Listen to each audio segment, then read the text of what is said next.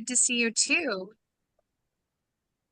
So I'm going to move you over to the big screen so the students have the chance to be able to see you. And gosh, we are absolutely excited to be able to meet you. And we'll have a few students coming in, so there'll be a little bit of background business. But other than that, their attention should be to you and learning about your journey in following your passion. So yeah. Awesome.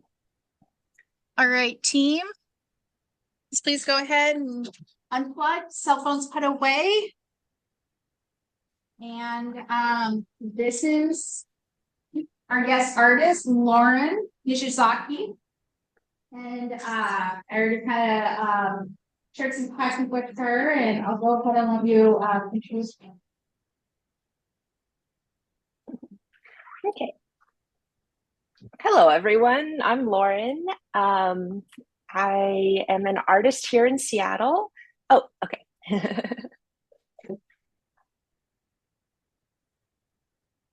See if I can hear you now. Okay, I let's changed. see.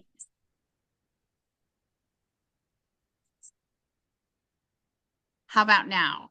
Okay, can you hear me right now? Or is the sound still not coming through? It's coming through my speaker well, Oh but not no. from the classroom speakers yet. So I Okay. apologize. Oh, no worries. Um, yeah, I will try and keep a little bit of chatter going so that you can test to see if the speakers are working. There we go. Appreciate that. Yeah, I'm Okay. wondering if Zoom's only coming through my speaker. It's allowed for extended screen onto the big screen for the students to watch, but not the sound traveling with it. Oh no. Yeah, I don't know. Anna, if you've ever experienced that. I don't. We've done Zooms before with classes and it's gone through the speaker. So I don't know what if there's some little button to hit or Yeah, I don't know if it's this TV setup versus the regular pull down projector screens kind of setup. Okay. Hmm. All right. So I have the volume all the way up. Maybe the kids We'll can close. sit kind of close behind the computer. Do you guys mind helping us out and just bring your chairs closer, please? I'd greatly appreciate your guys' willingness to work through this technical difficulties, you guys. Thanks, you guys. Come on in close. Dante, can you go ahead and shut the door back over there too? Thanks, you guys. Appreciate it.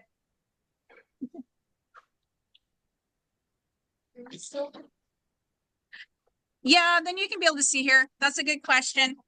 Okay. So try to have you guys not any farther back than Jan and Carlos. Excellent. Thanks, Fernando, coming in. Thank you. Malia, thank you. Camilla, keep coming in. Keep coming in. You guys are meeting new people. Man, you guys are probably even getting extra credit, even more extra credit. Come on in a little closer. All right. And then get someone to help her out to come on in too. Okay.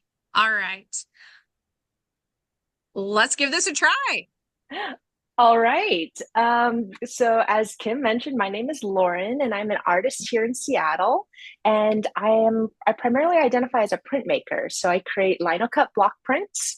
Um, that process looks a little bit like me starting with a sheet of linoleum, like what you might find on your floors. And I'll draw my design on the block and then use a series of tools to carve it out. So this is an example block of something that I worked on a couple of years ago. So it's a pretty flat material and I drew my design on it. And then I use a series of tools like this right here to carve out all of the details. Um, and then after I do that, then I take my brayer, which looks like this, and I roll it in ink, and then I roll the I roll the brayer across the surface of the block, and then I press paper into it, and then peel the paper off, and then I'm left with a piece of artwork that looks a little bit like this. So this is a 2-layer block print, which means that I use 2 blocks to create this image. So there's this block that you just saw, which produces the black layer. So you can see it's a mirror image like this from from how the block was pressed into the paper. And then all of the color details in there is produced using a second block. In this situation, the block looks like this. Um, so I guess that's a little bit about the general process of what I do. A lot of my imagery, I take inspiration from my Japanese American heritage. So I'm a fourth generation Japanese American. So my family came to the United States long, long, long time ago. But growing up, I was always surrounded by a lot of Japanese imagery, and um, there's a lot of like textile patterns that are very familiar to me because my mom had them in her closet. And so I've been incorporating that and like traditional foods of Japan into my artwork as a way of sort of exploring my heritage and learning more about things, and giving myself a good excuse to do more research and just like connect with my heritage. And then in addition to drawing inspiration from my personal family's history, I draw a lot of inspiration from some of the activities that I like to do. So I like to go hiking here, like in the Cascades. And so some of my pieces are inspired by things that I've seen up in the mountains. So for example, this is a little pica that I carved and printed. And then I put it on my greeting cards. Let's see. Sorry, I'm going to refer to my notes to try and figure out what everything is that I'm supposed to be talking about today. Yeah, so that's a little bit about what it is or what the particular art is that I make. About my artistic journey and how I got to where I am right now. I have always dabbled in art. So I've always done a lot of drawings. I always had sketchbooks, or I would doodle in the margins of my notes in school. And I took some like summer classes, and there was a local art teacher who lived down the street when I was growing up. So I took some like weekend classes with her. But I did a lot of, I didn't have I didn't have very much formal instruction like in schools. It was always outside of like the Monday through Friday school setup. But I've always had a lot of fun just like working with my hands. And a couple of years back in 2019, I created an Instagram account that I then was like posting to fairly regularly. I decided that I wanted to switch from doing the pen drawings that I'd been focusing on and try out some new things. So I started doing some textile art stuff. I started carving some rubber stamps and making Christmas wrapping paper. And I was like, oh, that stamp making process is really, really fun. And then I decided, oh, what if I just spend the 30 days in October, every day I'll carve and print something new. And so I carved a whole bunch of really tiny pieces. And that was part of Inktober, if you guys are familiar with that. So it's like normally you have 30 prompts, and you do one pen drawing for each prompt for each day. And it's a way of like putting out a large body of work and making some cohesive project. But I chose to create block prints for that. And I posted each of those to Instagram. I got a lot of traction there, and someone reached out and said, hey, do you want to buy, or can I buy one of your pieces? And I was like, oh, people want to buy my work. That's really cool. And so I sold it to him, shipped it off, and then said, oh, maybe people want to see more of like what I have to, what I'm creating. So I decided to decided to try selling my art as a business. And in order to do that, I launched a Kickstarter. And so this was in January 2020. So I was doing all my planning at the end of 2019. And I ran a successful Kickstarter. I mostly like sent it out to family and friends and old classmates. And I said, hey, friends, can you send them out to your friends?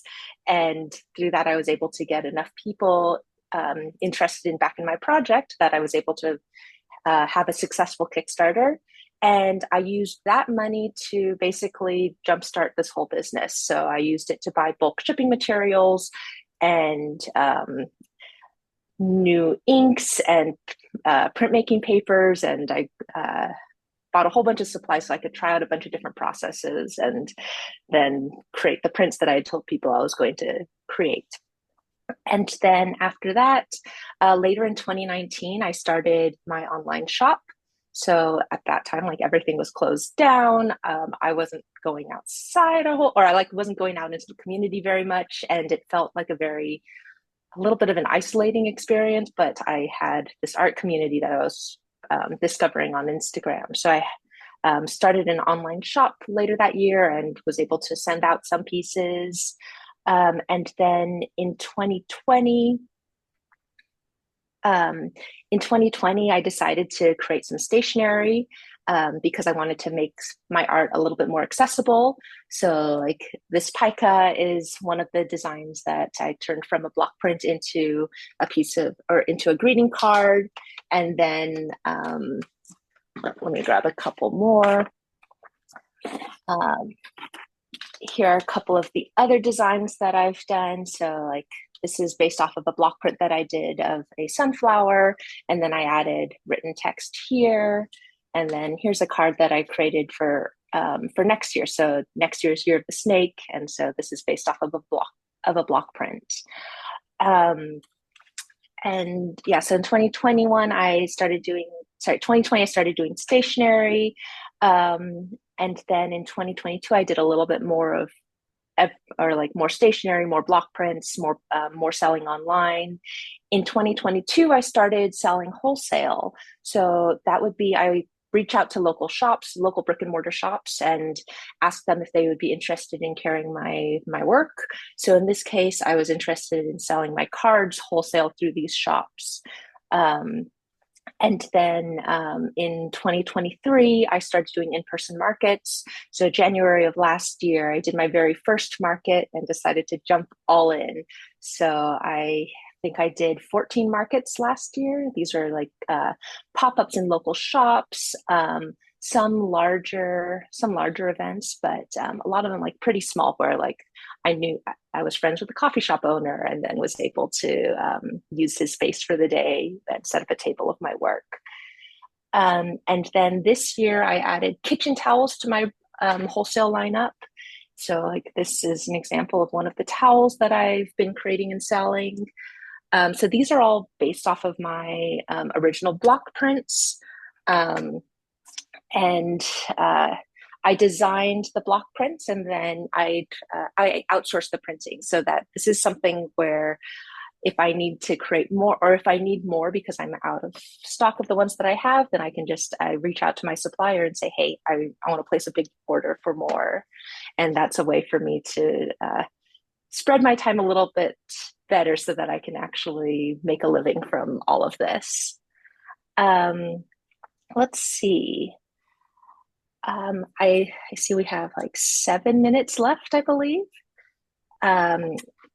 So I have a list of tips that I've put together for people who are interested in doing something similar, or just like things that I've picked up along the way.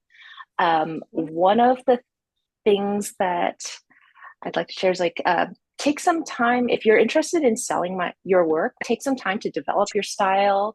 So make a lot of work. Don't try and just like focus on creating one perfect piece. Make a lot of little pieces, and that way, like each piece that you finish, you learn something, and you can take what you've learned and apply it to a new piece. And then if you keep doing this over and over and over, then you'll learn quite a lot, and then your work will be all the better for that. Another thing is you don't need fancy tools to get started. So like I started with a very basic set of carving tools off of Amazon, and they've worked really, really well for like 3 years. And then earlier this year, I decided I needed something a little more ergonomic, and invested in a couple of like fancier carving tools that make my job a little bit easier. see, make sure that you're constantly learning. So this could be learning from other people in your community. This could be listening to artist podcasts. If you're running this as a business, it could be listening to business podcasts and hearing what experts in the field have to say about like good business practices and how to actually think about like monetizing your work. Let's see. And then in terms of pricing your artwork, make sure that you are paying yourself enough. So like when I go about pricing my original artwork, I consider the amount of time that it takes to create the artwork. So I count up the hours and then I figure out what my hourly rate is and I multiply those together. And then I add in the materials cost. I add in some of the time required to market and sell it. So when I sell online, I need to first photograph everything, and then I edit those photographs and I write a product blurb. And then I send out an email newsletter to email subscribers so that they know that there's new work to show or new work to take a look at.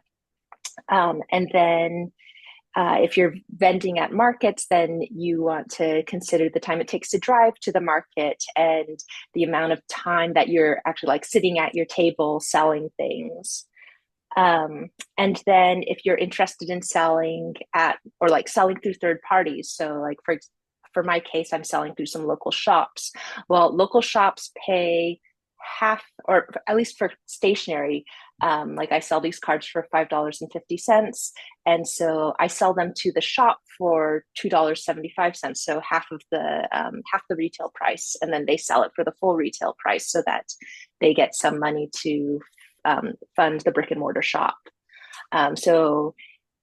When you're trying to figure out the pricing for everything, you have to take all of this into consideration. And that should be the bare minimum. The sum of all of that is the bare minimum that you should be charging for your work.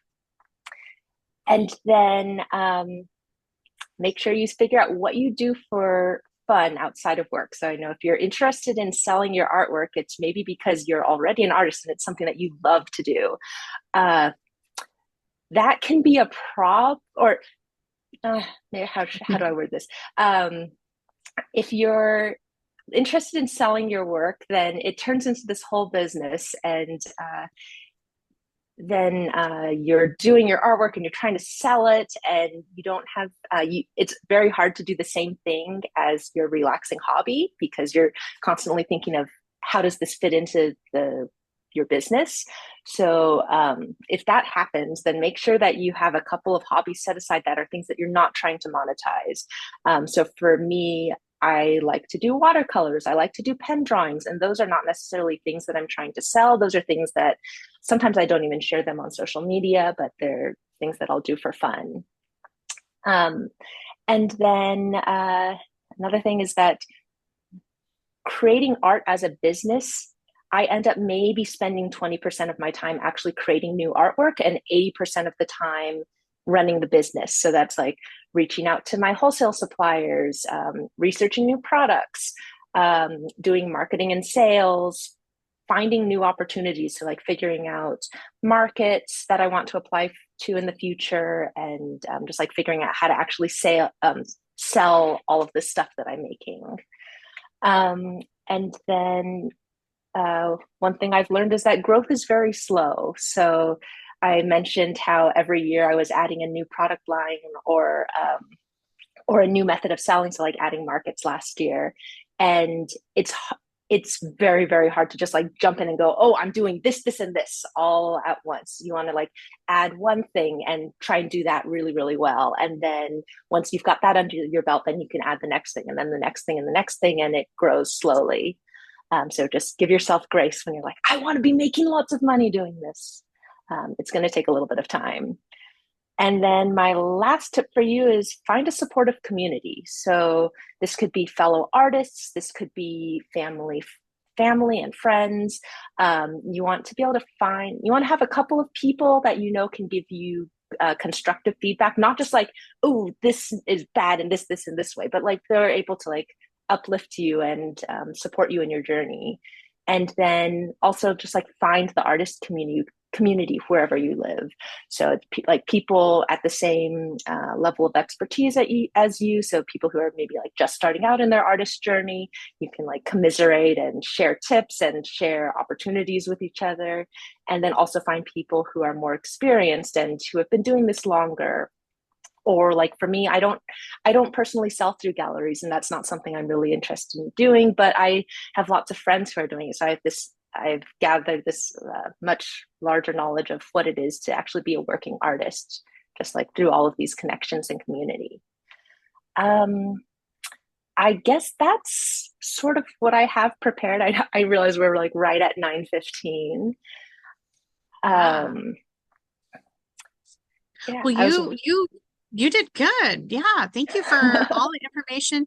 A question that I have, if you are interested in answering. So you started off your profession was an engineer. So if you can tell us Mhm. about how you veered over to your passion and what kind of risk you took for that, and then who was your supportive community to help you get there and following your own passion and your dreams. Yeah. So, yeah, as Kim mentioned, I started out as an engineer and I was doing that for several years and realizing that although I liked many aspects of that job, I really liked talking, or like the role that I was in, I spent a lot of time talking to customers and then working with like debugging computer hardware and software programs and things like that. And I liked how varied the work was, but all of the actual engineering stuff, it felt like all the projects were becoming the same and I was getting bored. And I was looking to do something that was more hands on and that had that same like variety of day to day work. Or, yeah, where every day was something different. And I tried a couple of different things. I was considering doing, I mentioned textile arts very briefly. I was considering, oh, maybe I could make a project or like a product like Ravelry, which has a whole bunch of knitting patterns and crochet patterns. I was like, I really like to weave. Maybe I can make a website for weavers. That's a community space for them. So there were a whole bunch of things that I toyed around with, but around that same time, I was also posting some of my artwork to Instagram, and that's when I started getting positive feedback there. I thought, oh, this let me explore this more. Let me jump all in and see where this goes. Um, and then, wait, sorry, I'm pulling a blank. Uh, so my support community is my partner is incredibly supportive of what I do, and when I was not pulling in any money or very so the business has always paid for itself, so it's always paid for the art supplies, and it hasn't necessarily paid for my time. So my big investment into all of this is my time, and I guess the lost opportunity costs of working a regular 9 to 5 Monday through Friday job, um, or like having a full-time job doing that. So my partner has been incredibly supportive with like being able to cover, or in the beginning it was like all the bills, and now it's most of the bills. And I'm working on, as I'm growing the business, I'm like able to contribute more to household expenses. Does that answer the question, you think?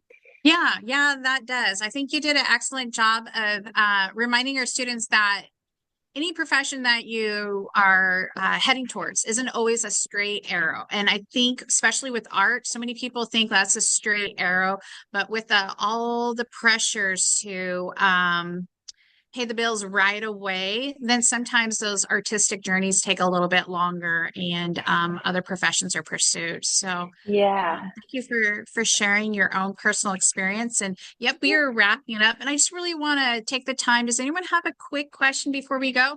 Okay, before you leave, we absolutely need to do this. Let's honor Lauren Nishizaki's time. Thank you, thank you, thank you. Good job. All right. Thanks. Okay, if you haven't signed the green clipboard, then I don't have you down for attendance or for extra credit. Um, Thank you, Lauren. Appreciate it. Scott did hop on here to be able to watch and say hi to his cousin. So there you go. All right. Thank you, Anna, for your help too. And I'm Um, gonna go ahead and hop off and I'll reach back out to you, Lauren,